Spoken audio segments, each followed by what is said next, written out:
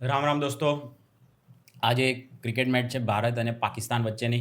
તો આઈઆઈટી બાબા છે એમ કહે છે કે ઇન્ડિયા હારશે, પણ આપણું તો પહેલેથી માનવું છે કે ઇન્ડિયા ઓલરેડી જીતી ગયું છે દોસ્તો. આ ચેમ્પિયન ટ્રોફી જે છે ને 8 વર્ષે થઈ રહી છે. લગભગ છેલ્લે 2017માં થઈ હતી, એ પછી 2021ને કોરોનામાં નહીં થઈ, અને હવે ડાયરેક્ટ 2025માં થાય છે. તો આનો હોસ્ટ છે ને એ પાકિસ્તાન બન્યું હતું. હોસ્ટ બન્યો હોય જે પણ, એ સૌથી વધુ કમાણી એ કરી લે, કારણ કે તેના ત્યાં ગ્રાઉન્ડ વપરાય અને ત્યાંની પબ્લિક ટિકિટો વેચે અને આ તે બધી રીતે એને છે ને સારો એવો ફાયદો મળે. પણ ભારતે ગેમ રમી લીધું હતું, કારણ કે આ ક્રિકેટની મેચ જે પણ છે ને એ ઓલરેડી તો છેલ્લે તો શું છે, પૈસાની ગેમ છે. થોડુંક છે ભાઈ કે ક્રિકેટ રમે છે લોકો, પણ પૈસા ના હોય તો ભાઈ કોણ જોવાનું છે, કોણ આમાં રમશે, અને કાંઈ જ નથી. પૈસા આમાં એટલા બધા છે ને, એટલે આ બધું આના બ્રોડકાસ્ટિંગના કેટલા રૂપિયા આવે જીઓ હોટસ્ટારવાળા પાસેથી, અને બધી રીતે એડવર્ટાઇઝિંગના અને આ તે ને બધી રીતે જબરજસ્ત એવું છે ને પૈસાનો આ ખેલ છે. ફિક્સિંગ તો સટ્ટા અને 11 ને આ બધી એપ્લિકેશનોમાં ને બધું જાતનું ચાલે છે. તો એ બધું તો કેવડું મોટું તંત્ર તમે હવે તો આવી ગયું છે, એટલે ખબર પડે કે પૈસા પૈસા પૈસા જ છે ક્રિકેટ, એટલે આમાં તો પૈસા પૈસા પૈસા.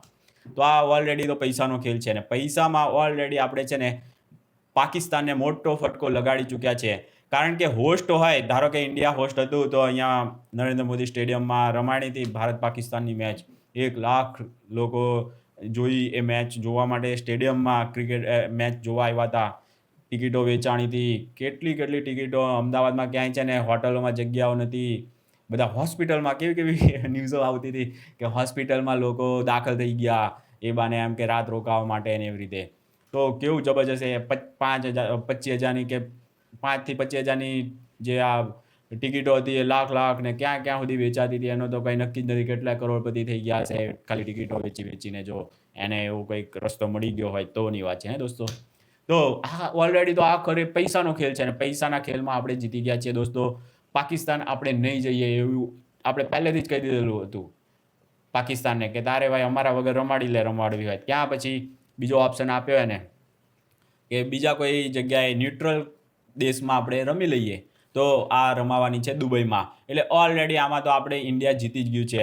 હવે જીતે હારે કાંઈ ફેર નથી પડવાનો. આપણે ઓલરેડી પૈસાથી તો એને ફટકો મારવાનો હતો એટલો મારી દીધો છે, અને પૈસા આપણે વધારે કમાયા છે. હવે તો જય શાહભાઈ અમિત શાહના સુપુત્ર, જેઓ બીસીસીઆઈના હતા ચેરમેન, અને હવે તો આઈસીસીના પણ બની ગયા છે. જબરજસ્ત આખું આખું ગેમ જ હવે તો ચેન્જ થઈ ગઈ છે, અને આપણી બાજુ જ આવી ગઈ છે ગેમ. અને પહેલાં પણ આપણે એને ફટકો આપ્યો તો શ્રીલંકામાં રમાણી હતી આપણી એની સાથે જે મેચ હતી એક. તો શ્રીલંકામાં આપણે રમ્યા ને એને ત્યાં આપણે જવાના જ નથી. આપણે આપણો બોયકોટ કરેલો જ છે ભારતે, કે ત્યાં આપણે એના સાથે રિલેશન જ્યાં સુધી જ્યાં આપી દે કાશ્મીર. એટલે હાલ બધું ક્લિયર કટ ડાયરેક્ટ છે ને નેપાળની જેમ આવજાવ થાય છે ને એવી કરી નાખશું ભાઈ, બરાબર ને.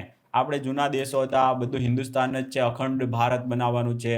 તો એ બધું તો તને એમ બી લઈ લઈશું. ભૂટાન પણ હમણાં તો એક ન્યૂઝ આવે છે કે ભૂટાનને પણ 22મું સ્ટેટ કે 21મું કંઈક એ બનાવી નાખવામાં ભૂટાન ખુદ તૈયાર થઈ રહ્યું છે. આપણે બનાવવા માગતા નથી, પણ ભૂટાન ખુદ હવે તો આપણી સાથે એક રાજ્ય તરીકે બનવા માટે, મતલબ આવી બધી ન્યૂઝો ચાલે છે. હવે જે હોય સાચું હોય ખોટું હોય, તો પહેલાં જ્યારે ભારત આઝાદ થયું ને ત્યારે જ નક્કી હતું, પણ એ વખતે તમને ખબર છે ને કેવો હાવ મગજ વગરના માણસો વડાપ્રધાન બની ગયા હતા. એટલે છે ને ભૂતાન વિચારું નહીં ત્યારે આપણી સિક્કિમની જેમ જ આપણી સાથે જ હોત. પણ અમુક મગજ વગરના લોકોએ આ દેશને બરબાદ કરવામાં કાંઈ બાકી નથી રાખ્યું, અને એવો જ રસ્તો આ લોકો પણ ના લે ને આપણે એને ચેતવણી આપતા રહીએ છીએ. પણ એ લોકો પણ દેશને બરબાદીનો રસ્તો લે તો પછી આપણે કોણ રોકી શકવાના ભાઈ. એ લોકોને જ હવે રસ્તો એવો લેવો છે, અહંકારમાં મદમાં ચૂર થઈ જાય તો. પણ ક્રિકેટમાં જબરજસ્ત કામ કર્યું છે જય શાહે. સોલિડ કામ કરી નાખ્યું છે, અને પાકિસ્તાનમાં રમાઈ નથી, એટલે બધો પૈસો ક્યાં જવાનો છે? દુબઈમાં ને ભારત પાસે. કારણ કે બ્રોડકાસ્ટિંગ રાઇટ તો આપણી પાસે છે, એડવર્ટાઇઝિંગના ને એ બધા રૂપિયા જોવાવાળું કોણ છે? ભારત છે. તો બધો રૂપિયો કોનો ક્યાં જવાનો? ભારત પાસે જવાનો. આઈસીસીમાં બી આપણે આવી ગયા છીએ. બીસીસીઆઈ તો આપણું છે જ, અને આપણે તો આ લોકોની કોઈ જરૂર જ નથી આઈસીસીની. આપણી તો આઈપીએલ જ કાફી છે ભારતમાં. કોઈ બીજા દેશોની જરૂર જ નથી. પણ પાકિસ્તાન સાથેની જો મેચ હોય ને તો જબરજસ્ત લોકોને મજા આવે છે. મને કોઈ બહુ ઇન્ટરેસ્ટ નથી હોતો ક્રિકેટ મેચમાં, જરાય નથી. પણ આપણે ઓલરેડી મેચ જીતી ગયા છીએ ભારત પાકિસ્તાન સામેની. આ વાત મારે તમને કરવી હતી કે હવે જે રમાવાની છે એમાં તો જીત હાર થયા કરે.